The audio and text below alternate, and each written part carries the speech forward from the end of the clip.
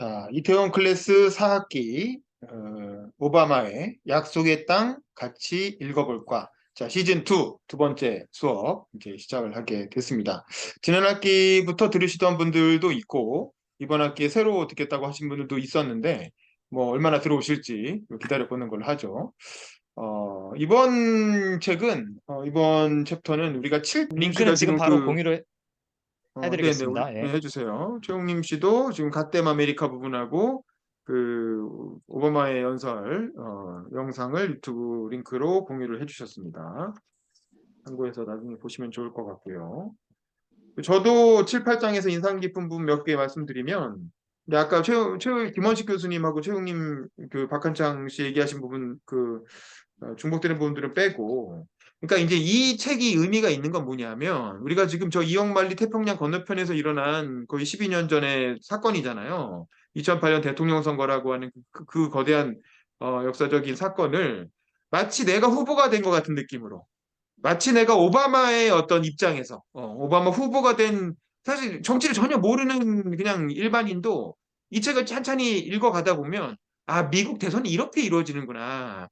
그리고 미국 대선 후보라는 자리는 이런 자리구나라는 걸 이제 간접 경험을, 이제 마치 영화를 보듯이 바로 옆에서 오바마 후보의 옆에서 지켜보는 것처럼 간접 경험할 수 있는 이제 그런 걸 제공한다는 거죠. 그게 이제 이 책이 가진 굉장히 큰 장점이고, 우리가 2008년을 대선을 다룬 옛날에 뭐 게임 체인지라든가 이런 책들을 봤지만 사실 이거는 지금 후보가 당사자의 입장에서 그 선거운동 과정을 쫙 이렇게 썼기 때문에 그 묘사의 밀도가 굉장히 높은 거죠. 이건 1차 자료인 거예요. 1차 자료.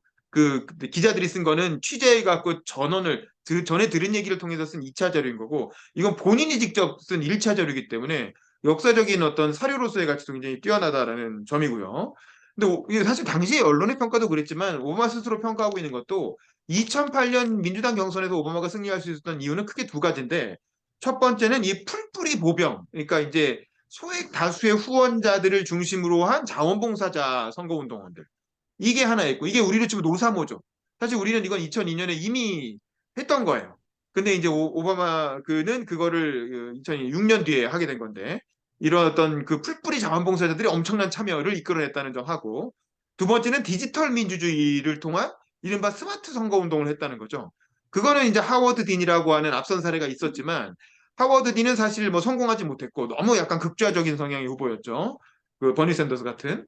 근데 이제 오바마는 중도 성향의 후보로서 어떤 그런 진보와 보수, 그리고 백인과 흑인 양쪽의 지지를 다 끌어모으면서 어떤 이런 디지털 선거운동을 결합시켜서 사실은 2008년 경선에서 성공할 수 있었다. 그게 이제 오바마 선거운동이 이제 승리한 가장 큰 이유였다라고 볼 수 있을 것 같아요. 근데 이제 오바마가 재밌는 점은 183쪽에 보면 바로 그 디지털 민주주의가 사실 이후에는 굉장히 큰 위험성을 가져올 수도 있다라는 걸 그때는 몰랐다라고 그것도 얘기를 하고 있죠. 밑에서 두 번째 단락 보면 내가 아직 온전히 이해하지 못한 것은 이 기술이 얼마나 융통성이 큰지, 얼마나 빨리 상업적 이익에 흡수되어 기득권층에 활용될 수 있는지, 사람들을 단합시키는 데뿐만 아니라 분열시키는 데도 얼마나 쉽게 악용될 수 있는지, 나를 백악관에 데려다준 바로 이 도구들의 상당수가 어떻게 언젠가 내가 대변하는 모든 것에 맞섰을 수 있는지였다. 사실 이 디지털 민주주의가 그대로 트럼프에 의해서 활용돼 가지고 오바마를 공격하는 수단이 되잖아요. 이제 뭐 그런 얘기, 그런 게 참 재밌죠. 그다음에 성조 기핀 문제라든가 또 미셸이 한 말실수, 이런 건 전형적인 개프죠, 개프. 선거운동 하다 보면 있을 수 있는 개프인 거고, 뭐 그게 어려 대단한 일은 아니에요. 이게 판세를 좌우한 건 아니었어요. 사실 이런 개프를 제일 많이 하는 정치는 우리나라의 윤석열 대통령이죠. 윤석열 대통령 입만 열면 다 개프야. 사실 그 바이든 날리면 뭐 그 사건부터 시작해서 뭐 그 이태원 참사 현장에 가서 뇌진탕 언급한 거 뭐 입만 열면 개프를 하는데, 하도 개프를 많이 하니까 언론에서 그냥 별로 얘기거리가 안 되고 넘어가는 거예요. 근데 사실은 개프하면 떠오르는 정치인은 사실 윤석열인 것 같고, 그다음에 캠프가 거대화되면서 저는 이것도 되게 재밌어요. 그러니까 이게 우리나라 선거랑 다른 게 미국 선거는 돈을 준단 말이에요. 월급을 준대. 이게 결정적으로 다른 점입니다. 우리나라 선거는 월급을 못 주게 돼 있어요, 법으로. 100%다 자원봉사를 해야 돼요. 자원봉사를 하기 때문에 끝나고 나면 자리를 원한단 말이에요. 내가 내 시간과 돈을 들여갖고 선거운동을 해줬으니까 끝나고 나면 당연히 보상을 받아야지. 그러니까 이제 청와대에 들어가면 청와대로 한 줄씩 들어가든가, 아니면 청와대에 못 들어가면 나중에 공공기관장이라도 하나씩 시켜준단 말이죠. 그런 식으로 어떤 선거운동 기간에 무료 봉사한 거를 나중에 자리로 보상받는 시스템이 이제 한국의 선거운동 시스템인데 미국은 그렇지가 않고 미국은 그냥 바로 월급을 주거든요. 선거운동원들을 돈으로 물론 자원봉사자들도 많이 썼지만 기본적으로 캠프 본지는 월급을 주는 직원들로 구성된단 말이야. 그래서 처음에는 아주 소수로 시작할 수밖에 없어요. 왜냐면 돈이 없으니까. 소수에 한 4~5명 혹은 많아야 한 10명 정도가 소수로 시작하는데 그 후보가 인기를 얻고 대중적인 명성이 높아지고 TV에 많이 나오고 당선 가능성이 높아진다 싶으면 엄청난 후원금이 쏟아져 들어옵니다. 그래서 오바마가 하는 주된 역할은 전 세계 전국을 돌아다니면서 후원금 모금하는 거잖아요. 후원금을 모금하면 그만큼 고용할 수 있는 인원이 늘어나는 거예요. 그러면서 그 조그만 중소기업 스타트업에서 시작한 캠프가 나중엔 거의 뭐 중소기업 수준, 뭐 대기업 수준의 어떤 굉장히 큰 캠프가 되어가는 거고 그러다 보니까 나중에 보면 전국을 통틀어 1,000명 이상의 어떤 이렇게 선거운동을 늘었다는 거 아닙니까? 1,000명 정도의 직원이면 우리 회사도 전체 직원이 500명인데 1,000명의 직원을 쓰고 이걸 월급을 줘가면서 1,000명을 운영한다는 거잖아요. 이거는 굉장히 큰 대기업이 되는 거고 그러다 보면 당연히 이제 그 내부에서 스타트업 시절에 사장님한테도 막 이름 부르고 요즘 젊은 스타트업 애들 보면 영어 이름 정해갖고 뭐 데니, 마이클 뭐 이렇게 영어로 이름 부르고 막 이렇게 반말하고 막 이러잖아요. 근데 그것도 그 기업이 뭐 100명 되고 200명 되고 한 1,000명 되면 그렇게 못하겠죠. 그런 어떤 조직이 커가는 과정에서 이제 이렇게 상황이 달라지는 거. 그리고 그 안에서 오히려 후보인 자신이 약간 소외감을 느끼게 되고 근데 그런 과정을 마치 내가 후보가 된 것처럼 옆에서 지켜보면서 이제 묘사를 해준다는 거. 그게 굉장히 재밌고 191쪽에 보면 이 챕터의 이름이 레니게이드잖아요. 레니게이드. 레니게이드라는 게 뭔지도 여기서 나오죠. 이게 뭐냐면 이게 영화 제목이라 영화 제목. 근데 보면 변절자. 뜻은 변절자라는 건데 후보가 변절자라는 게 좀 이상하잖아요. 근데 이게 경호 그 코드명이었다는 거지. 경호 코드명. 그래서 왜냐면 오바마다라고 얘기하면 오바마라는 게 이제 옆에 사람들이 들으면 알 거 아니야. 그래서 비밀이 새나갈 수 있으니까 오바마를 레니게이드라고 불렀다는 건데 왜 레니게이드냐라는 건 그냥 오바마라 변절자라는 뜻은 좋은 뜻은 아니지만 오바마가 스스로 정했다는 거죠. 오바마가 되게 인상 깊게 본 영화 제목이어서 레니게이드라고 했고 그래서 이 후보 시절에 오바마의 코드명은 레니게이드였다라는 걸 이 책을 통해서 알 수가 있는 거죠. 그 다음에 이제 이 뒤쪽에 가면은 사실은 이제 그 갓댐 아메리카 나오기 전에 중요한 힐러리에 대한 묘사가 나와요. 이 힐러리라고 하는 굉장히 어떤 독특한 그 라이벌 상대가 나오는 거죠. 사실 힐러리는 진작에 이미 오바마가 이제 처음에 아이오와에서 승리하고 뉴햄프셔에서 지긴 했지만 어쨌든 초반 기세를 오바마가 타고 가면서 거의 오바마의 승기가 굳어졌어요. 초기부터. 그래서 사실 이게 정상적이면 힐러리는 포기를 해야 되는 거야. 왜냐? 아까와 똑같은 거예요. 이게 이 선거는 미국의 대선이라는 걸 엄청나게 돈이 많이 들거든요. 첫 번째는 직원들한테 월급을 준다는 거. 두 번째는 방송 광고를 통해서 선거운동을 한다는 거야. 근데 미국엔 주가 50개나 되잖아요. 그리고 50개 주마다 다 방송국이 따로 있는 거야. 그러니까 우리나라로 치면 KBS, MBC 뭐 이렇게 몇 개만 주면 되는데 뭐 종편까지 쳐도 7, 8개만 주면 되겠죠. 근데 미국엔 50개 주마다 방송국이 다 따로 있고 거기마다 민영 방송국이 또 여러 개가 있고 전국 방송국 ABC 뭐 이런 것도 있고 그러니까 그 많은 방송국에 다 광고를 틀어야 되기 때문에 이 비용이 천문학적인 비용이 되는 거예요. 선거운동을 하다 보면. 거기다가 이제 땅덩이가 넓으니까 나중에 비행기까지 임대를 해서 쓰잖아요. 그럼 그 비행기 임대 비용은 또 얼마나 많이 비싸겠어요. 뭐 기차도 전용 기차, 비행기도 전용기. 그러니까 이게 비용이 천문학적으로 드는데 그래서 승세가 이게 처음에 하워드 딘도 결국에는 이제 질 것 같으니까 포기한 거거든요. 이게 나중에 이제 돈이 이렇게 엄청나게 많이 들어가기 때문에 질 것 같은 후보는 다 드랍을 한단 말이에요. 그래서 마지막에 진짜 유력한 후보 한 2명만 남아서 경합을 하던가 아니면 한 명이 그냥 압도적으로 유리하면 진작에 그냥 경선이 끝나버리고 그냥 이렇게 쭉 가게 되는데 힐러리는 표기해야 되나 마땅한 상황에서도 포기를 안 하고 계속 갔다라는 거지. 그래서 그것 때문에 힐러리는 이거 그녀는 망할 놈의 뱀파이어 같아요. 도무지 죽질 않네요. 뭐 이런 얘기를 하잖아요. 그래서 이제 이렇게 따라가다 보니까 본의 아니게 경선이 너무 길어졌고 또 하나 재밌는 점은 이게 케이블 뉴스가 오바마를 너무 좋아한 거야. 왜냐면 오바마는 잘생겼잖아요. 사실 뉴스라는 게 저도 뉴스를 하지만 정치인들이 그렇게 잘생기기가 쉽지 않잖아요. 잘생기고 또 열성적인 팬이 있는 정치인은 또 그렇게 많지가 않거든. 근데 이제 오바마가 TV에 나오면 시청률이 좋아하든 욕하면서 보든 시청률이 쫙쫙 올라가는 거야. 그러니까 케이블 뉴스에서는 이 힐러리와 오바마의 싸움이라는 게 너무 재밌는 그 뉴스거리가 되는 거예요. 그러니까 이거 빨리 끝나길 원치 않는 거야. 뉴스 종편 케이블 채널들도. 그러다 보니까 이게 이제 계속 이 경선이 길어지면서 오바마의 아주 진이 빠지게 만드는 그런 상황이 이어졌던 거고. 그래서 아씨 이거 경선 끝나야 되는데 왜 이렇게 안 끝나 하는 시점에 바로 그 유명한 갓댐 아메리카 사건이 빵 하고 터지게 되는 거죠.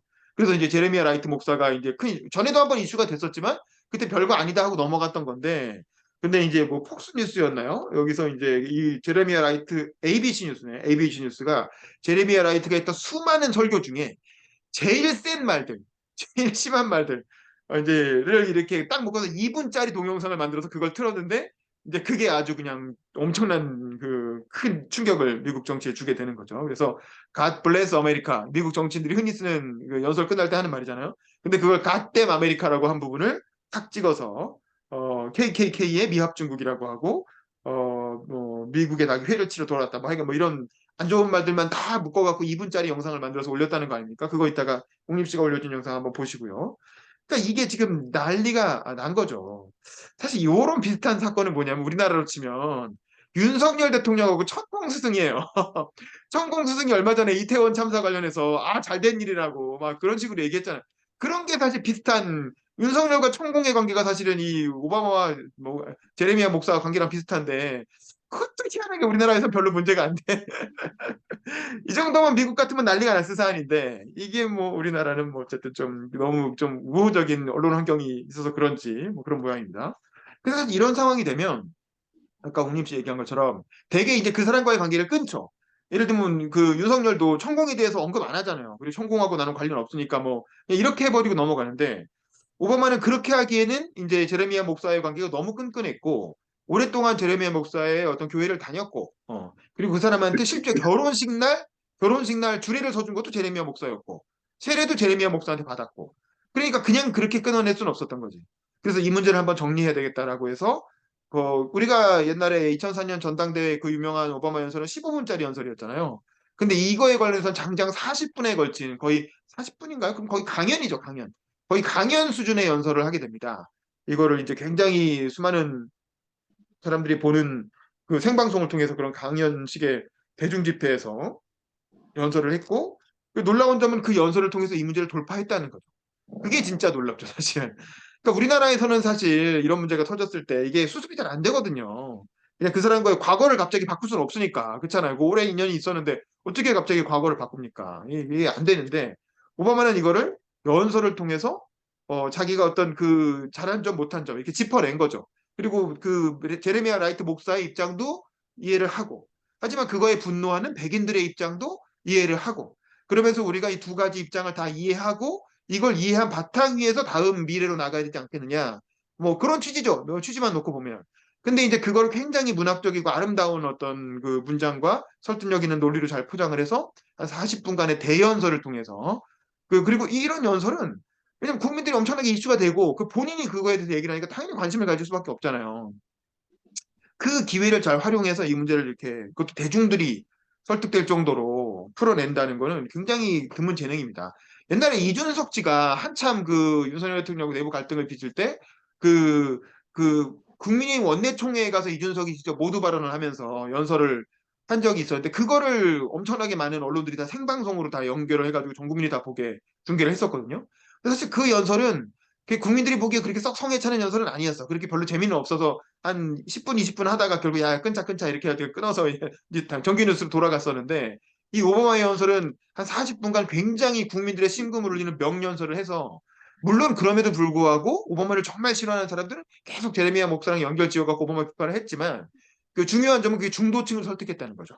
중도층을 설득해서 그렇게 어떤 극우파나 어떤 극단적인 세력들이 그걸 이용하더라도 더 이상 그거에 대해서 오바마가 문제 삼지 않아도 되게, 그냥 중도층이 아이 저거 또 쓸데없는 소리 한다, 오바마 저거 다 설명했는데 라고 만들게끔 했다라는 점, 이게 바로 이 정치에서 연설의 힘이 가지는 어떤 위대한 능력인데, 그런 거를 참 이렇게 보여주는 아주 대표적인 사례죠. 정치인이 위기를 연설로 돌파한 아주 세계사적으로 세계 정치상에서 되게 드문 재미있는 사례인 것 같습니다. 그래서 이제 이 7장에서는 이렇게 저렇게 해가지고 결국에는 이제 후보가 되는 과정. 그 이제 요 제레미야 목사 사건이 거의 마지막 위기였고, 이 위기를 돌파해버리고 나니까 그 다음부터 힐러리가 도저히 오바마를 쫓아갈 수가 없게 되죠. 그래서 결국엔 전당대회 경선은 사실상 그걸로 끝이 납니다. 그렇게 해서 이제 오바마가 민주당의 전당대회 후보가 되는 과정이 나오고, 이제 그리고 나서 이제 후보가 되고 나서 본격적으로 본선거가 이어지는 과정이 나오면서 이제는 이제 오바마의 본선 경쟁자였던 이 8장 부분부터는 그 맥케인에 관한 얘기가 나오죠. 이 맥케인이라는 사람은 참 생각해 보면 공화당이 냈던 그 대선 주자 중에 근래 미국 공화당이 낸 대선 후보 중에 가장 뛰어난 인물이었다고 볼 수 있을 것 같아요. 나중에 뭐 미트 롬니도 나오지만 맥케인 참 훌륭한 정치인이었던 것 같아요. 212쪽 보면 이렇게 나오잖아요. 212쪽 두 번째 단락의 가운데 부분부터 보면 하지만 그는 공화당의 이데올로그는 아니었다. 상원의 관습뿐 아니라 정부와 민주주의의 제도를 존중했다. 공화당 정치인들의 고질병인 인종주의적 이민족 배척 정서는 찾아볼 수 없었고 진짜 정치적 용기를 발휘하는 모습도 여러 번 보여주었다. 이렇게 해서 이제 이 사람은 공화당이지만 민주당 말이 맞다고 생각하면 또 용기 있게 칭찬도 하고 뭐 이제 이런 식으로 그래서 이제 공화당이지만 민주당을 넘나드는 그 어떤 초당파적인 모습을 보이는 공화당. 그래서 별명이 매버릭이잖아요. 매버릭. 그 매버릭이라는 게 우리 탑건 영화 2 제목이 매버릭이었잖아요. 매버릭이 괴짜 뭐 이런 뜻이잖아요. 독불장군, 괴짜 이런 뜻인데 공화당 안에서의 어떤 독불장군이라는 별명이 붙을 정도로 매버릭. 예, 그 정도로 이제 그 이 사람은 인품도 굉장히 좋고 외교 안보적으로도 굉장히 실용주의적이고 현실주의적인 입장이었고 초당파적인 어떤 정책을 지향하는 사람이었다는 거죠. 그래서 오바마 입장에서는 굉장히 사실 부담스러운 상대였어요. 그리고 전쟁 영웅, 베트남전 시절에 뭐 장교로 참전을 했다가 막 파일럿인가 그랬는데 그 베트남군한테 이제 낙하하면서 잡혀가지고 한 6년인가 감옥에 갇혀 있어. 베트남 전쟁을 감옥에서 보낸 사람이에요. 베트남 감옥에서. 그리고 나서 나중에 뭐 탈옥을 했는지 뭐 풀려났는지 뭐 이렇게 해가지고 이제 그야말로 전쟁 영웅. 그러니까 이제 오바마 같은 사람이 볼 때는 아버지 뻘이고 베트남전에 참전한 참 용사고 영웅이고 미국의 진짜 아메리칸 히어로와 같은 사람이 존 맥케인인데 그런 사람을 어떤 대선 후보의 경쟁자로 두고 선거를 치러야 되니까 되게 부담스러운 선거긴 하지. 근데 다만 이제 뒤에 나온 것처럼 2004년에 존 맥케인이었다면 오바마도 굉장히 힘들었을 것 같다. 근데 2008년에 존 맥케인은 아무래도 이제 부시 정권 8년 하면서 그 온갖 실정을 다 책임져야 되는 상황이었기 때문에 그 부시 정권 실패, 실정의 무게를 이제 어깨에 짊어지고 있었고 그리고 이제 그 당시만 그 미국 공화당의 지층이 워낙 극단적으로 극우화돼 있다 보니까 또 그 사이에서 후보가 되려다 보니까 극우 성향의 공화당 지지층한테 많이 이제 이렇게 어필을 했다는 거죠. 그러면서 2004년간 다르게 많이 어떤 공화당 우파한테 많이 기울어 있었고 그러다 보니까 2004년 같은 참신함이나 그런 어떤 그 중도 성향의 강점이 많이 퇴색돼 있었고 그 존 메이킨이 중도에서 우파로 이동해 간 자리를 오바마가 밀고 들어간 거죠. 그래서 오바마가 중도 어떤 이렇게 중원을 차지하면서 맥케인에 비해서 유리한 선거를 끌고 갈 수가 있었다. 이제 그런 내용들이 이렇게 나오게 되죠. 그러면서 이제 맥케인과 그리고 중간에 그 이라크 다녀온 얘기 그 대선 후보로 거의 확정이 되고 나니까 그 다음에 이제 이라크를 한번 싹 가서 카르자이도 만나고 뭐 페트리어스 대장도 만나고 이게 그 어떤 외교 안보적으로 뭔가 이제 이 사람이 이렇게 그래도 좀 준비가 돼 있다라는 걸 보여주기 위한 이제 그런 세레모니죠. 해외 순방 한번 쫙 다녀오는 얘기가 8장에 중간에 쫙 나오고 뭐 이런 것들이 재밌습니다. 그 이라크 가서 야 이거 이렇게 해가지고는 안 되겠다라고 이제 그 걱정하는 장면도 나오죠. 그리고 또 그리고 그거 끝나고 나서는 한 일주일 정도 휴가를 내고 가족들하고 하와이 가서 시간 보내고 그 토시라고 하는 외할머니 그 엄마는 사실은 그 본인이 아마 상원 의원 선거 당선되는 과정에서 임종을 못 지켰잖아요. 그리고 돌아가셨잖아요. 그래서 그게 되게 한이 돼가지고 그 대선 경선을 앞두고 있는 대선 본선을 앞두고 있는 중요한 시기임에도 불구하고 일주일 정도 휴가를 내서 하와이에 가서 거의 돌아가시기 직전에 할머니 외할머니와 그 마지막 시간을 보내고 뭐 그러면 그리고 또 선거운동 바쁜 와중에도 그 딸 말리샤, 샤샤하고 말리아, 그 딸들과 또 생일 파티 해주고 뭐 이런 그 인간적인 모습들. 그러니까 이런 거 보면 저는 참 이게 대단한 것 같아요. 저는 이렇게 못할 것 같은데 제가 정치인이라면 정체만 빠져가지고 가족이고 뭐고 저는 그냥 이렇게 워커홀릭으로 살 것 같은데 그럼에도 불구하고 그 바쁜 와중에 최대한 어떤 가족들과 시간을 보내기 위해서 아빠로서의 어떤 의무를 다하고 가족들과 시간을 보내기 위해서 노력하고 그 자녀들을 의식하는 이게 뭐 모르겠어요. 그냥 자서전이니까 그냥 잘 보이려고 이렇게 썼을 수도 있지만 어쨌든 그렇게 의식적으로 머리 한편에 가족들이 언제나 있다라는 거잖아요. 그건 참 대단한 그러니까 오바마가 참 좋은 사람이다. 임기가 끝나고 나서도 많은 미국인들이 그래 그 오바마는 참 굿가이 좋은 사람이라는 걸 8년간의 임기를 통해서 증명했어라고 얘기하는 부분이 이런 부분이죠. 이런 어떤 인간적인 가족들을 사랑하고 아내와 어떤 딸들을 끊임없이 신경 쓰고 존중하는 그런 모습. 이런 게 인간적으로 되게 멋진 모습인 것 같고. 근데 또 재밌는 점은 바이든, 그 조 바이든 지금 대통령 조 바이든을 부통령으로 임명하는 얘기가 나오잖아요.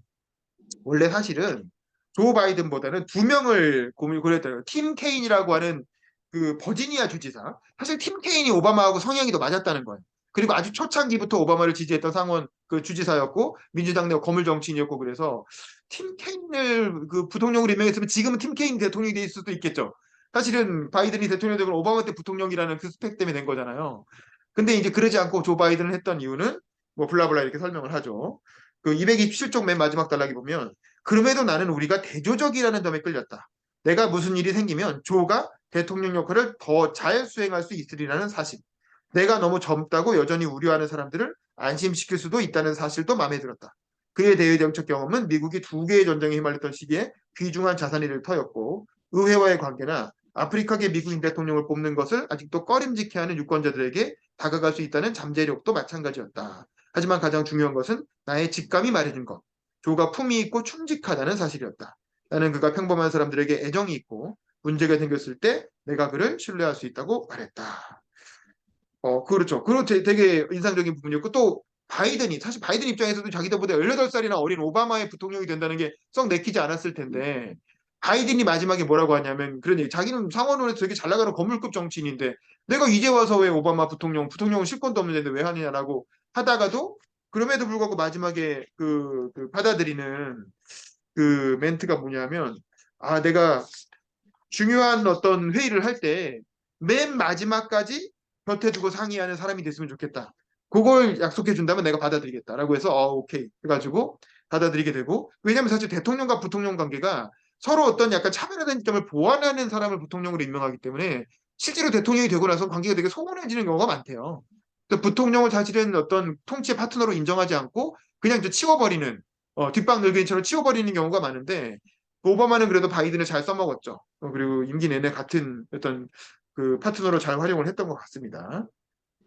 그러니까 뭐 그런 얘기들이 나오고 그러면서 이제 그 마지막 순간에 이제 전당대회장에서 드디어 본인이 전당대회 후보가 돼서 올라가는 오바마는 전당대회를 크게 세 번을 경험하죠. 그래서 2000년 전당대회 때는 완전히 그냥 듣보잡 일반 당원으로 구경하러 갔다가 아마 입장권을 못 사서 들어가지도 못하고 그 전당대회장 밖에서 전광판으로 그 이렇게 전당대회를 구경하는 그런 평당원 신세였고 2000년에는 2004년에는 그 유명한 그 기조연설을 하면서 전당대회 프리마돈나로 완전한 스타로 떠오르게 되고 2008년에는 드디어 자기 자신이 후보가 돼가지고 전당대회 어떤 그 후보자로 지명을 받게 되는 그 세 번의 민주당 전당대회를 경험하게 됩니다. 그리고 이제 마지막에 나오는 게 그 유명한 2008년 대선을 뒤흔들었던 또 하나의 문제적 인물 바로 사라 페일린이 등장하게 되는 거죠. 사라 페일린은 지금은 잊혀진 인물이지만 2008년 선거 때는 엄청나게 그 센세이셔널한 인물이었어요. 근데 233쪽에 보면 사라 펠린에 대한 묘사가 나오는데 굉장히 누군가를 떠올리게 만듭니다. 보세요.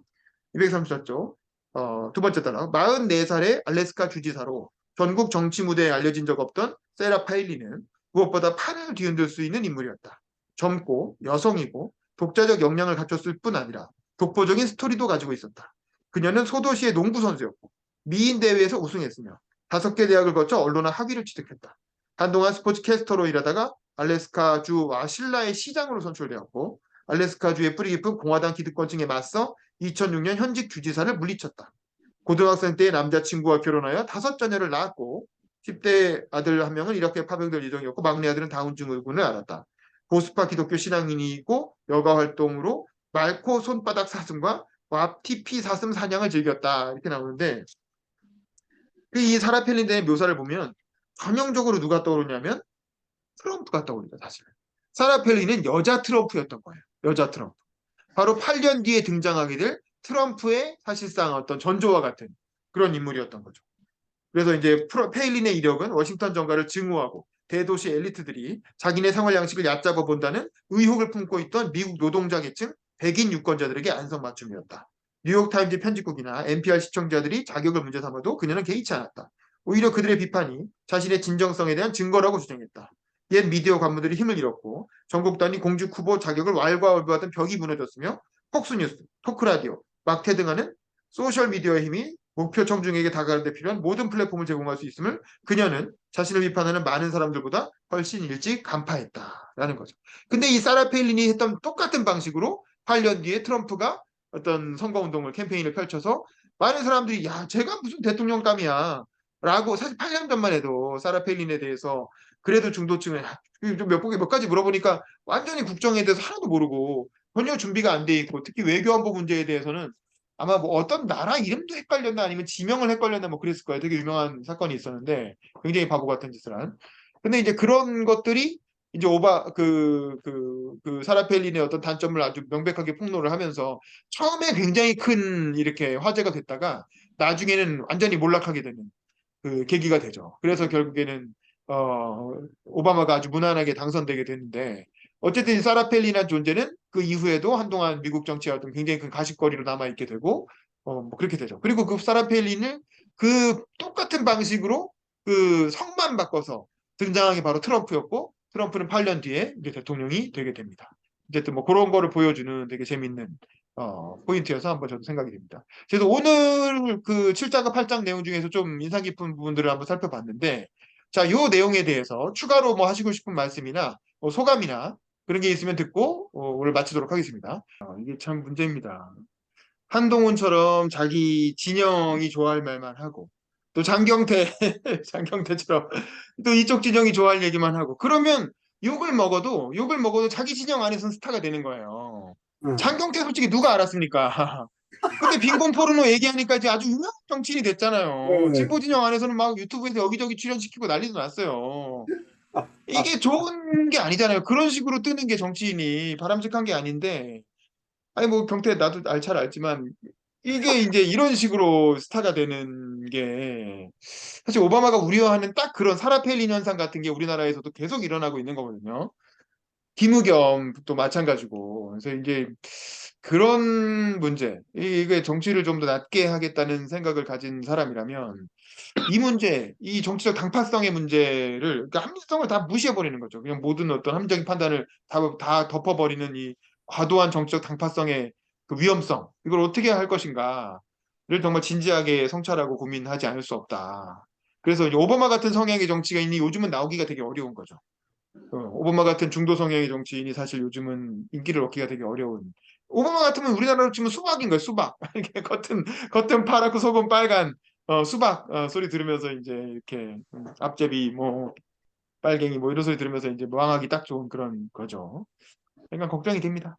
자, 다음 시간에는 9장과 10장, 9장과 10장 두 챕터를 읽고 역시 마찬가지로 토론을 해보도록 하겠습니다. 자, 우리 박한창 씨 가능하시면 비디오 잠깐만 켤 수 있을까요? 우리 사진 한번 찍으려고. 뭐 안 되면 무리하실 건 없고, 무리하실 건 없고. 가능하시면 비디오 잠깐 켜주세요. 사진 찍고 마무리하겠습니다. 자, 화면 봐주시고요. 하나, 둘, 셋. 자, 한번 확인 좀 해보겠습니다. 잠깐만요. 아이고, 이게 가끔 이게 빵꾸 나는 경우도 있어서. 네, 잘 들어왔습니다. 자, 그럼 수고하셨고, 우리 그 다음 주 일요일 밤에 또 뵙겠습니다. 수고하셨습니다. 고맙습니다. 수고하셨어요. 네, 감사합니다. 고생하셨습니다. 들어가세요.